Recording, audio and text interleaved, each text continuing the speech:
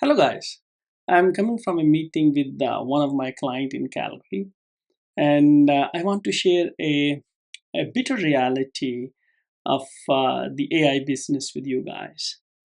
Once again, after meeting with the leadership, I have realized that AI failures are rarely the technical failures. They are actually the leadership failures.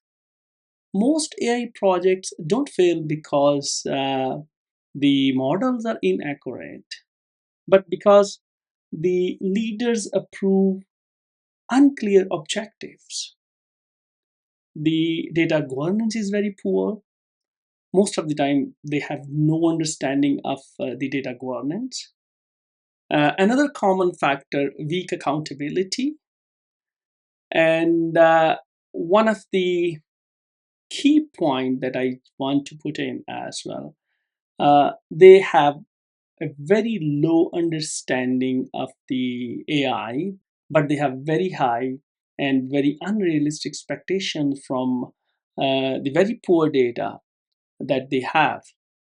So remember, when strategy, ethics, risk, and the ownership is missing, even the best technology will fail.